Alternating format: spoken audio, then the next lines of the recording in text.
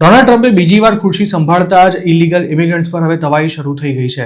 હાલ અમેરિકાની military એરક્રાફ્ટમાં illegal ઇમિગ્રન્ટ્સને તેમના દેશોમાં ડિપોર્ટ કરાઈ રહ્યા છે, પરંતુ આ ઇલીગલ ઇમિગ્રન્ટ સાથે અમાનવીય વર્તન કરાતું હોવાના હવે યુએસ પર આક્ષેપ થઈ રહ્યા છે.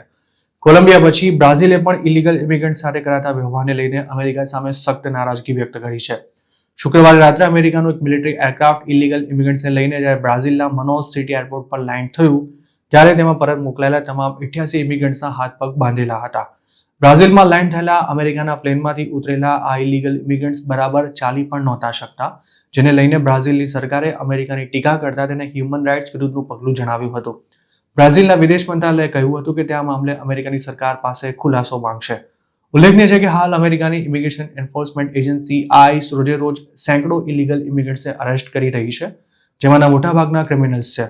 જોકે આગામી દિવસોમાં આ કાર્યવાહીનો વ્યાપ વધારવામાં આવશે અને અમેરિકાનો અલ્ટિમેટ ગોલ ડોક્યુમેન્ટ્સ વિના દેશમાં રહેતા તમામ ઇલીગલ ઇમિગ્રન્ટ્સને ઘર ભેગા કરી દેવાનો છે.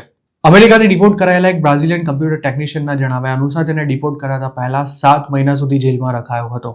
તેણે એવો પણ આક્ષેપ કર્યો હતો કે ડિપોર્ટેશન ફ્લાઇટમાં મોકલાયેલા તમામ લોકોના હાથ પગ બાંધી દેવામાં આવ્યા હતા અને તેમને પ્લેનમાં ન તો પીવા માટે પાણી અપાયું હતું કે ન તો વોશરૂમમાં યુઝ કરવા પણ જવા દેવાયા હતા. ઇમિગ્રન્ટ્સનો એવો પણ આક્ષેપ છે કે પ્લેનમાં એટલી બધી ગરમી લાગી રહી હતી કે કેટલાક લોકો તો બેભાન પણ થઈ ગયા હતા. આ મામલે અમેરિકાની સરકારના સૂત્રોને ટાંકતા ન્યૂઝ એજન્સી એએફપીએ જણાવ્યું હતું કે આ ડિપોર્ટેશન ફ્લાઇટને ટ્રમ્પના માસ ડિપોર્ટેશન પ્લાન સાથે કોઈ જ લેવા દેવા નથી. અધિકારીઓનો એવો પણ દાવો હતો કે વર્ષ 2017માં થયેલા દ્વિપક્ષીય એગ્રીમેન્ટ અંતર્ગત બ્રાઝિલિયન લોકોને ડિપોર્ટ કરવામાં આવ્યા હતા. ટ્રમ્પ 2.0ના પહેલા અઠવાડિયામાં અમેરિકાએ સાઉથ અમેરિકન દેશોમાં ડિપોર્ટેશન ફ્લાઇટ્સ મોકલી છે, જેમાં સૌ પહેલી ફ્લાઇટ ગ્વાટેમાલા ગઈ હતી.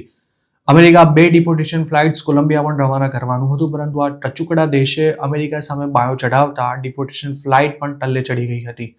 જોકે કોલંબિયાના આ વલણ સામે ટ્રમ્પે આકરા તેવર બતાવીને તેના પર ટેરિફ ઝીકવાની ધમકી આપવા ઉપરાંત કોલંબિયાના લોકોને વિઝા ઇસ્યુ કરવાનું પણ બંધ કરી દેતા કોલંબિયા ગણતરીના કલાકોમાં જ લાઇન પર આવી ગયું હતું. ડોનાલ્ડ ટ્રમ્પે માસ ડિપોર્ટેશન માટે ચૂંટણી પ્રચાર દરમિયાન જ મિલિટરીને પણ જોતરવાની વાત કરી હતી અને તેમના સત્તા સંભાળતા જ તેની શરૂઆત પણ થઈ ચૂકી છે. ટ્રમ્પે નેશનલ ઇમરજન્સી જાહેર કરી મેક્સિકો બોર્ડર પર પણ સેના તૈનાત કરવાનું શરૂ કરી દીધું છે. તેમજ અરેસ્ટ થયેલા લોકોને ઘર ભેગા કરવા માટે પણ મિલિટરી એરક્રાફ્ટ ઉપયોગમાં લેવાઈ રહ્યા છે. કોઈપણ ઇલીગલ ઇમિગ્રન્ટને તેનો દેશ સ્વીકારવા માટે તૈયાર થાય ત્યાર પછી જ અમેરિકા તેને પોતાની ધરતી પરથી ડિપોર્ટ કરી શકે છે. ડિપોર્ટ કરાતા ઇલીગલ ઇમિગ્રન્ટ્સને મોટાભાગે કમર્શિયલ ફ્લાઇટ્સમાં રવાના કરવામાં આવતા હોય છે, પરંતુ જો કોઈ એક ચોક્કસ દેશના લોકોને મોટી સંખ્યામાં ડિપોર્ટ કરવાના હોય તો આખી ફ્લાઇટ જ મોકલવામાં આવતી હોય છે.